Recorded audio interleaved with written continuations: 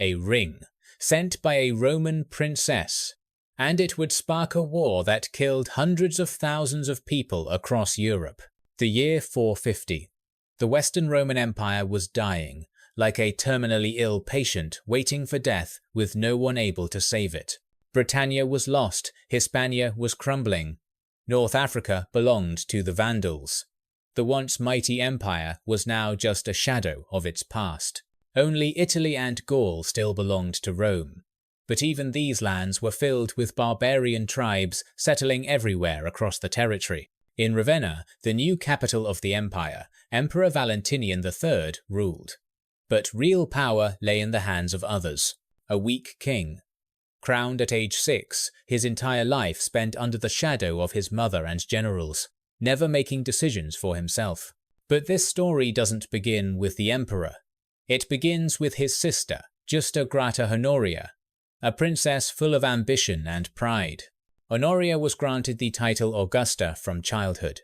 A powerful princess, full of ambition no less than any man in the imperial court. In 449, scandal erupted.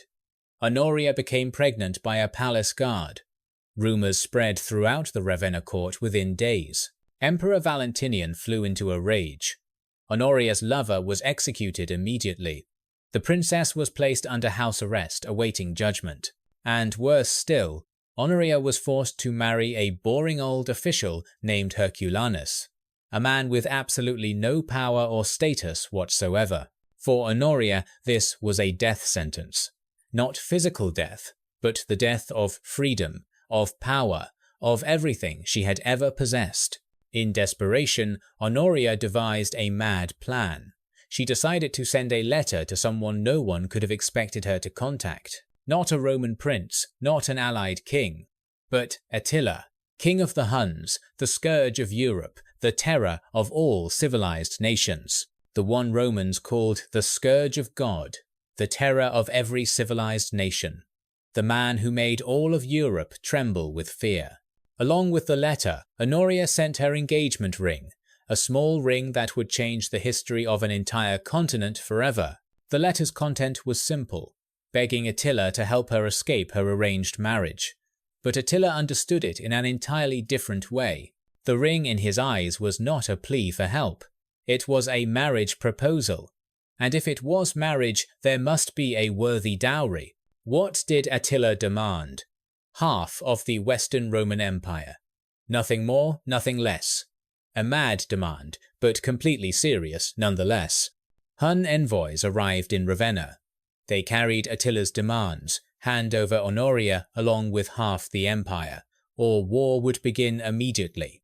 Valentinian read the demands, his face turning pale. For the first time in his life, the weak emperor felt true terror coursing through him. He wanted to execute his sister immediately. But their mother, Galla Placidia, intervened just in time. Honoria escaped death by a hair. Honoria was spared but banished to the shadows of the palace. As for Attila, he now had the perfect excuse to do what he had long wanted. Early in 451, Attila assembled his great army. A massive force unlike any seen since the days of Alexander the Great. The target was clear. Gaul, the heart of Europe, the richest remaining territory of the declining Western Roman Empire. So who was Attila that all of Europe trembled before him? And why didn't even mighty Rome dare to confront him directly in battle? The Huns appeared in Europe at the end of the 4th century. No one knew where they came from, as if born from the endless steppes. Some scholars believe they were related to the Xiongnu of China, the horsemen who had terrorized the Han dynasty for centuries on end. They were masters of mounted archery, shooting arrows from horseback with deadly accuracy, moving so fast no army could ever catch them. When they appeared, Germanic tribes fled in terror. The Goths, Vandals, Burgundians all fled westward, seeking shelter from the onslaught. Waves of migrants flooded into Roman territory. This was the beginning of the fall of the Western Roman Empire as we know it today. In 434, two brothers, Attila and Bleda, inherited the Hun throne from their uncle. They ruled the Steppe Empire together. 11 years later, Bleda died in a hunting accident. but many believe Attila himself had killed his own brother to seize sole power. From 445, Attila became the sole king, ruling an empire stretching from the Rhine River to the distant Caspian Sea, an empire larger than Rome itself, comprising dozens of subject tribes: Ostrogoths, Gepids, Alans, Rugi, Siri, and many other peoples. But here's what surprises everyone. Attila, called the Scourge, did not live like a luxurious tyrant as people might have imagined.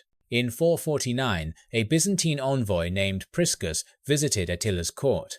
He recorded what he witnessed there with his own eyes. At the feast, Attila's subordinates used gleaming silver plates, ate delicacies, wore gold and jewels all over like extravagant nobles. But Attila, before him sat only a wooden plate. On it was simple meat, nothing else, plain clothes. Just needed to be clean and neat. Priscus wrote that Attila was a patient negotiator, calm, never losing his composure when bargaining with his enemies across the table. But in battle, he was completely different. He showed no mercy, no quarter given, and he never allowed his enemies any route of escape.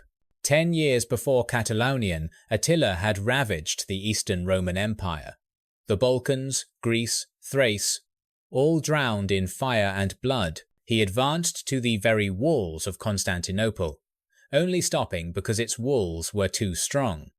Eastern Rome paid tons of gold yearly for peace. Now Attila turned west, where it was richer and weaker, where the Roman army was just a shadow of its glorious past and former strength. Early in 451, Attila's great army crossed the Rhine, flooding into Gaul like a torrent that nothing could possibly stop. How many soldiers? Ancient sources say 500,000. Modern scholars estimate 50 to 200,000. Still a massive number. A multi-ethnic army marched under Attila's banner. Huns, Ostrogoths, Gepids, Rugi, Siri, Thuringians, and dozens of other subject tribes. April 7th, 451. Metz fell. The city was completely destroyed, not one stone left standing upon another in the ruins. Reims, Strasbourg, Worms, Mainz. Cities fell one after another like dominoes before the might of the army from the endless steppes. The people of Gaul panicked, fleeing their homes with whatever they could carry, leaving behind cities burning fiercely in utter desperation. In May, Attila advanced toward Orléans, gateway to Aquitaine, the richest remaining territory of Gaul still under any semblance of control. Orléans was besieged. Inside the city, the Alan king named Sangiban was preparing to surrender. He didn't believe anyone could save the city. If Orléans fell, all of Gaul would be wide open. Attila would control Europe's vital artery.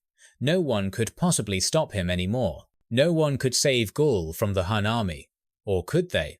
Elsewhere, one man was preparing to do what everyone thought was impossible. Flavius Aetius, Magister Militum, supreme commander of the Western Roman army, the most powerful man in the empire, second only to the emperor. Historian Edward Gibbon called him the last of the Romans, terror of the barbarians, the final pillar of the crumbling republic itself. But Aetius's life did not begin heroically. As a child, he was sent as a hostage, first to the Visigoths, then to the Huns themselves. Those years shaped who he became. Aetius learned cavalry tactics, how to shoot from horseback, how enemies thought and how they fought. And here's the supreme irony. The man who would defeat Attila was the one who had lived among the Huns, knew them better than anyone else. When he came of age, Aetius returned to Rome, bringing invaluable knowledge he would use to defend the empire for 20 years. And here's an even greater irony. For the past 20 years, Aetius had used Hun mercenaries to defeat Rome's enemies across the empire. He had used Hun troops to fight the Visigoths.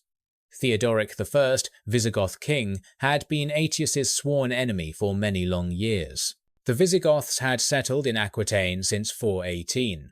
Building a powerful kingdom right in the heart of the weakening Roman Empire. Theodoric was a seasoned warrior, 33 years on the throne, dozens of battles, countless scars on his body as testament to his valor.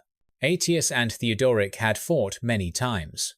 Sometimes Aetius won, sometimes they drew, but neither could destroy the other, like two tigers competing. Now news of Attila's invasion of Gaul reached both men. They realized a brutal truth. If they didn't cooperate, both would be crushed. Yesterday's enemy must become today's ally. Aetius sent Avitus to Toulouse to persuade Theodoric to join an alliance against Attila, and there was a personal reason that made Theodoric more willing to agree. His daughter had once married Huneric, son of Vandal king Gaiseric. In 444, Huneric wanted another wife. He accused his wife of attempted assassination, cut off her nose and ears, sent her back to her father. Theodoric swore revenge. And Gaiseric, who had humiliated his daughter, was Attila's close ally in this very invasion of Gaul itself. For their common enemy, for personal vengeance unavenged, Theodoric agreed to the alliance. Yesterday's enemy officially became today's ally. The coalition began assembling. Not just Romans and Visigoths, but also Franks, Burgundians, Saxons, Sarmatians, Armoricans, and many other tribes. This was perhaps the last time so many European peoples stood together under one banner, against a common enemy threatening them all. The coalition marched with astonishing speed toward Orléans. They knew every day of delay was another day Gaul could be lost forever. June 14th, 451. The coalition reached Orléans. The Huns had breached the walls and were already pouring into the city. At that moment, the army of Aetius and Theodoric appeared on the horizon, the most timely arrival in the history of ancient warfare. Attila had to decide immediately: fight in the cramped city streets or retreat to find terrain favourable for cavalry. He chose to retreat east. Hun cavalry needed open space to unleash their power. In narrow city streets, they were just ordinary soldiers with no special advantage. Attila retreated eastward, seeking a vast plain where his cavalry could roam freely. Aetius pursued closely, not letting the enemy escape. Two massive armies moved through the Champagne region, the distance narrowing steadily, until confrontation became completely unavoidable.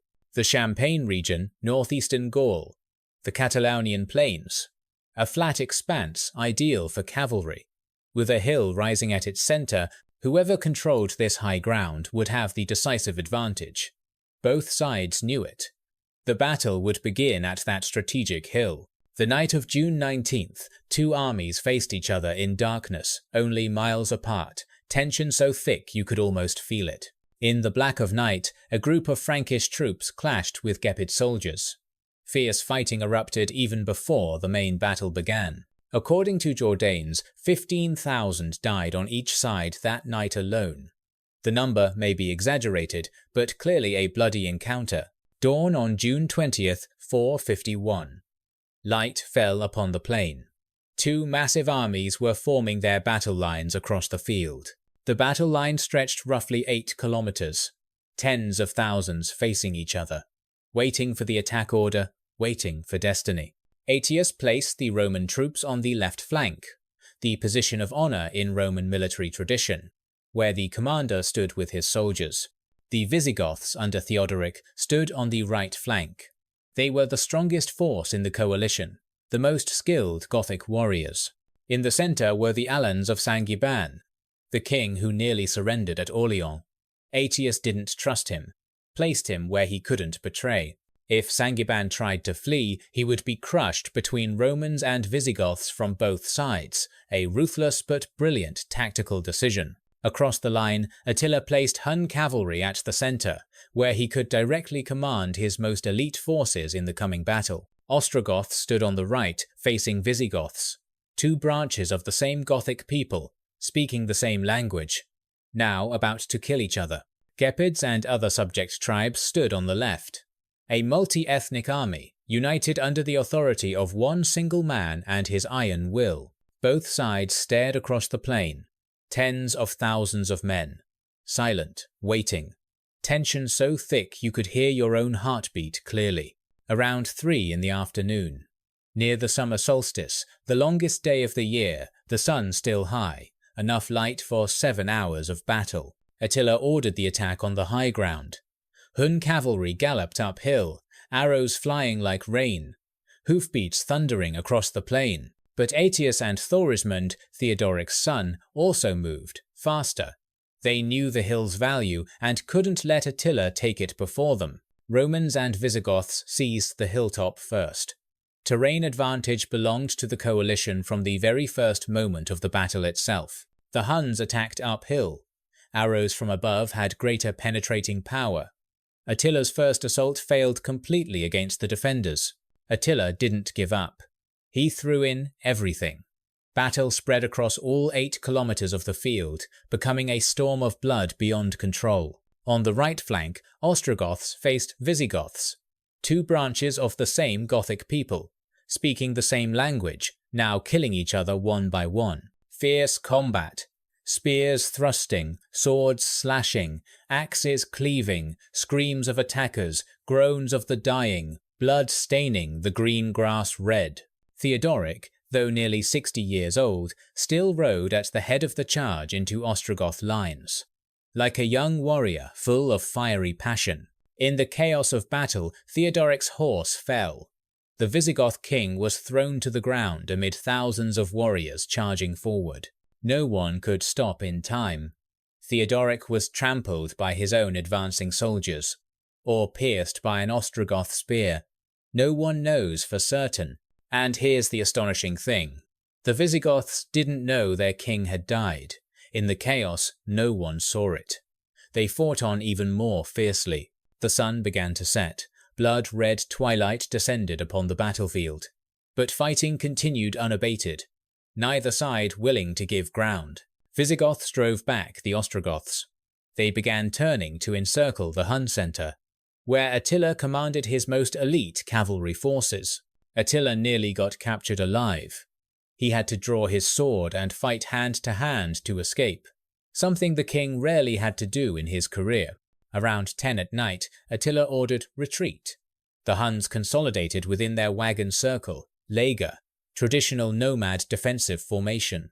And now comes the image Jordanes recorded, an image that would haunt Europe for centuries to come, an image of war's ultimate brutality. A small stream flowed across the Catalaunian Plains. Its water had turned red, deep red with the blood of tens of thousands who had fallen. Wounded soldiers, throats burning with thirst, crawling to the stream bank in desperation.